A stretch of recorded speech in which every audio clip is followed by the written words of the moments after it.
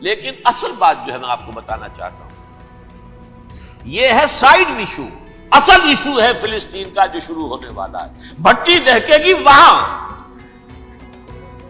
ظاہر بات ہے کہ اگر کوئی بہت بڑا اقدام ہو جاتا ہے فلسطینیوں کے خلاف، اور اگر واقعتاً مسجد اقصی اور قبۃ الصخرہ گرا دیے جاتے ہیں، تو طوفان اٹھے گا عالم عرب. یہ حسنی مبارک ہو یا شاہ خالد ہو یا کوئی اور ہو، یہ نہیں روک سکتے اس طوفان کو. نوجوان خون اٹھے گا، غیرت اور جو بھی حمیت ہے. مسلمان ان پڑھ سے ان پڑھ اور بالکل بے دین، وہ بھی مسجد کی حرمت پر کٹ مرنے کو تیار ہو جاتا ہے. مسجد تو بنا دی شب بھر میں ایمان کی حرارت والوں نے، من اپنا پرانا پاپی ہے، برسوں میں نماز ہی بننا سکتا. وہ چاہے کانپور کی مسجد تھی مسلمانوں نے جانے دی، چاہے وہ شہید گنج کی مسجد تھی مسلمانوں نے جانے دی، چاہے نماز نہ پڑھتے ہو. لیکن یہ جو حرمت اور یہ جو حمیت، یہ غیرت ہے، اس سے جو طوفان اٹھے گا یہ ہوگا اس ملحمۃ العظمی، اس کی طرف پیش رفت ہوگی. کتاب الملاحم سے احادیث کے حوالے سے کہ جن جنگوں کا حوالہ دیا حضور نے، پیشن گوئی کی ہے، اس کا نقطہ آغاز تھا خلیج کی جنگ. صدام حسین نے اسے کہا تھا یہ مدر آف وارز ہے، ام المحارب، یہ ایک جنگ نہیں ہے. اس کا نقشہ بھی حدیث میں موجود ہے، پیشن گوئی موجود تھی، اس وقت بھی ہم نے شائع کی تھی. لیکن اس میں جو جنگ اب ہونے والی وہ الملحمۃ العظمی. ملحمہ کسے کہتے ہیں؟ لحم گوشت کو کہتے ہیں، اور قصائی کی دکان کو عربی میں ملحم کہتے ہیں، جہاں گوشت کے ٹکڑے کیے جاتے ہیں.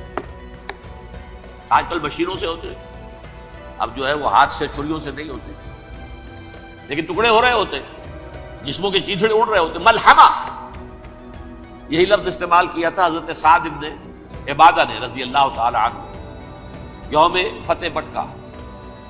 ان کے دل میں تھا کہ اب ہم انتقام لیں گے ان عربوں سے، ان قریش سے. الیوم یوم الملحمہ، الیوم یوم الملحمہ، یہ کہتے ہوئے جا رہے تھے. ایک خاص کیفیت، آج ہے گوشت کے ٹکڑے اڑانے کا دن. حضور سے کہا کسی نے جا کر کے سعد تو یہ کہہ رہے ہیں الیوم یوم الملحمہ، الیوم یوم الملحمہ. حضور نے فرمایا نہیں، ان سے کہو جا کر الیوم یوم المرحمہ، الیوم یوم المرحمہ، آج رحمت کا دن ہے، آج تو میں ان سب کو معاف کروں گا. لا تثریب علیکم اليوم، میں تم سے وہی بات کہہ رہا ہوں جو میرے بھائی یوسف نے کہی تھی اپنے بھائیوں سے. اذهبوا فانتم الطلقاء، جاؤ تم سب کے سب آزاد. وہ ملحمہ ہے جس کو کہ حضور نے حضرت معاذ بن جبل رضی اللہ تعالیٰ عنہ کی روایت ہے، اس میں سے جو ابو داؤد میں روایت آئی ہے اس میں الملحمۃ العظمی، عظمی مؤنث ہے اعظم کا. آپ کہتے ہیں جنگ عظیم اول، جنگ عظیم دوم. عظیم کا باپ ہو گیا اعظم، سب سے بڑا، اور اس کا مؤنث ہے سب سے بڑی، عظمی. الملحمۃ العظمی، سب سے بڑی لڑائی. میرے نزدیک یہ وار کے معنی میں نہیں ہے، بیٹل کے معنی میں. انگریزی میں یہ دو لفظ علیحدہ ہے، وار، بیٹل.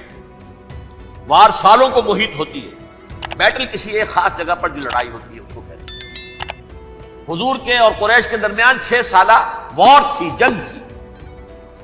لیکن battles, battle of Uhud, battle of Badr, یہ بیٹلز تھی، لڑائیاں تھی. تو عظیم ترین جنگ شاید اس اعتبار سے نہ ہو جیسے کہ ورلڈ وار 1 اور ورلڈ وار 2، یعنی اس کی وسعت کا اتنا معاملہ نہیں اور طوالت کا نہیں. لیکن جو لڑائی جو ہے بیٹل ہونی ہے، جس کو کہ یہ لوگ، یا چونکہ میں نے کہا تھا شروع میں کہ سرما ہے میری آنکھ کا خاک حجاز و ہول قدس. نیو ٹیسٹمنٹ کی آخری کتاب ہے the book of Revelation, Revelation of Saint John. اس میں آرمگڈون کہا گیا ہے. ہر مجدون، یہ عبرانی لفظ ہے.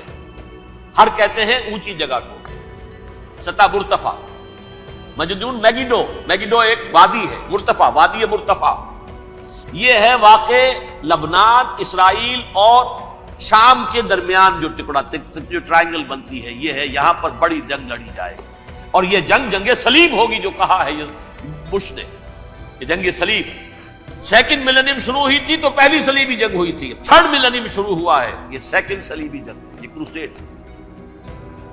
اور میں اس مرتبہ امریکہ گیا تھا تو پہلی مرتبہ مجھے وہاں ایک رسالہ ملا ٹرمپٹ نام کا. یہ امریکہ کے جو بہت ایکسٹریمسٹ قسم کے پروٹیسٹنٹس ہیں، یہ ان کا رسالہ ہے، اور ان کے بارے میں اب کہا جا رہا ہے وہ کرسچین زائنسٹ ہیں۔ آپ شاید پہلی مرتبہ یہ لفظ سن رہے ہو۔ زائنسٹ تو ہم سمجھتے ہیں یہودیوں کو، کرسچین زائنسٹ وہ ہیں جو ہیں تو عیسائی پروٹیسٹنٹس ہیں، لیکن اسرائیل کے وہ حمایتی یہودیوں سے بڑھ کر ہیں۔ یہ میری کسی پہلی تقریر میں شاید بہت سے حضرات کو یاد آ جائے، میں نے کہا تھا 4 سال پہلے ہمارا تنظیم اسلامی کا ایک کنونشن ہوا تھا ہیوسٹن میں، امریکہ کا جنوبی علاقے کا شہر ہے۔ ایک سیشن اس میں ہم نے رکھا تھا انٹرفیتھ، ایک عیسائی کو بلایا تھا، ایک یہودی بہت بڑا وہاں کا عالم ہے اس کو بلایا تھا۔ اس یہودی عالم نے ڈاکٹر وشوگراٹ، جو وہاں کی یونیورسٹی میں پروفیسر ایمیریٹس ہے، اس نے کہا تھا کہ یہ اسرائیل کی تو سپورٹ کر رہے ہیں عیسائی، ہم تو نہیں کر رہے۔ جو پریکٹسنگ یہودی ہیں وہ زیادہ اسرائیل کے حق میں نہیں تھے، یہ تو سن 67 کے بعد انہوں نے اسرائیل کو تسلیم کیا ہے۔ وہ تو منتظر تھے کہ ہمارا مسیحا آئے گا تو اس کی قیادت میں جنگ کریں گے، جیسے شیعہ منتظر تھے کہ مہدی موعود آئیں گے تو پھر ہم کچھ کریں گے۔ وہ امام خمینی نے کہا بھائی جب وہ آئیں گے آ جائیں گے، لیکن ہم کچھ راستہ کے لیے۔ زائنسٹ نے آگے بڑھ کر ریاست قائم کر لی، اور جب یروشلم پر بھی پورا قبضہ کر لیا، تب جو ہے در حقیقت مذہبی یہودی جو ہے پھر انہوں نے اپنایا ہے، اون کیا ہے، اور نئے سیٹلمنٹس جو بھی بنے ہیں وہاں پر اسرائیل میں، اس میں اکثر و بیشتر مذہبی یہودی آیا، اور بروکلن کے علاقے سے سب سے بڑھ کر آئے ہیں، جو امریکہ میں نیو یارک کا ایک جنوبی علاقہ ہے، بہت بڑا یہودیوں کا بہت بڑا گڑھ ہے۔ نیو یارک کو جیو یارک بھی کہا جاتا ہے، وہ تو اصل میں مرکز جو ہے وہ تو یہودیوں کا ہے۔ اس حوالے سے وہاں پر جو کرسچن زائنسٹ کہلاتے ہیں وہ اسرائیل کے یہودیوں سے بھی بڑھ کر کہیں سپورٹ کرتے ہیں۔ بہرحال اس دوسری صلیبی جنگ کا معاملہ جو میں کہہ رہا تھا، ٹرمپٹ نامی رسالہ، اس کا ایک مضمون ہے دی لاسٹ کروسیڈ۔ اب یہ آخری کروسیڈ ہے جو شروع ہونے والا ہے۔ میں تو حیران ہوں کس قدر کھل کے وہ باتیں کرتے ہیں۔ رومن کیتھولکس کو وہ کہتے ہیں یہ شیطان ہے، یہ پوپ شیطان ہے، یہ یورپ کو اس نے جمع کیا ہے کرسچینٹی کی بنیاد پر، اور اس میں زیادہ تر کیتھولکس ہیں۔ آپ کو معلوم ہے برطانیہ بڑی مشکل سے شامل ہوا ان کے ساتھ، اس لیے کہ وہ پروٹیسٹنٹس کا سردار تھا، ابھی پوری طرح نہیں ہے۔ یورپ جو ہے وہ رومن امپائر دوبارہ یہ کھڑی کر رہا ہے، اور در حقیقت یہ جو ہے یہودیوں سے بھی چھیننا چاہتے ہیں اسرائیل کو اور فلسطین کو، اور مسلمانوں سے بھی، اور یہ وہی کروسیڈ جو تھے اربن ثانی کے، اس کی تیاری کر رہے ہیں تاکہ وہاں پر عیسائی حکومت قائم ہو جائے، کیتھولکس کی، پوپ کی حکومت قائم ہو جائے، جیسے ایسٹ تیمور میں کر دی ہے۔ ایسٹ تیمور میں کون سی حکومت بنی ہے؟ رومن کیتھولک، رومن کیتھولک اسرائیل میں بنے، تاکہ یہ سارے مقامات مقدسہ جہاں اسرائیل پیدا ہوئے، بیت حضرت مسیح پیدا ہوا، بیت لحم کہاں ہے؟ وہی ہے کہ نہیں؟ جہاں سے ریزریکشن ہوا ان کے خیال میں وہ کہاں ہے؟ وہیں پر ہے کہ نہیں؟ بڑے بڑے گرجے ان کے وہی ہیں۔ اس اعتبار سے ان کا کہنا یہ ہے یہ لاسٹ کروسیڈ کی تیاری ہو رہی ہے، یہ کیفور، اور ان کا کہنا یہ ہے یہ پوری طاقت نیٹو کی جو ہے، یہ پہلے جرمنی سے لائی گئی بوسنیا، انہوں نے خود وہاں جنگ کروائی، انہوں نے خود وہاں پر ایتھنک کلینسنگ کروائی، پھر خود مصالحت کے لیے آ گئے، پھر کوسوو میں انہوں نے خود آگ بھڑکائی۔ یہ میں نہیں کہہ رہا، یہ وہ ٹرمپٹ رسالہ امریکہ سے چھپنے والا پروٹیسٹنٹس کا رسالہ ہے جو یہ کہہ رہا ہے۔ پھر انہوں نے کوسوو کے اندر کروایا، اور پھر وہ وہاں پر پیس فورس کی حیثیت سے آ گئے۔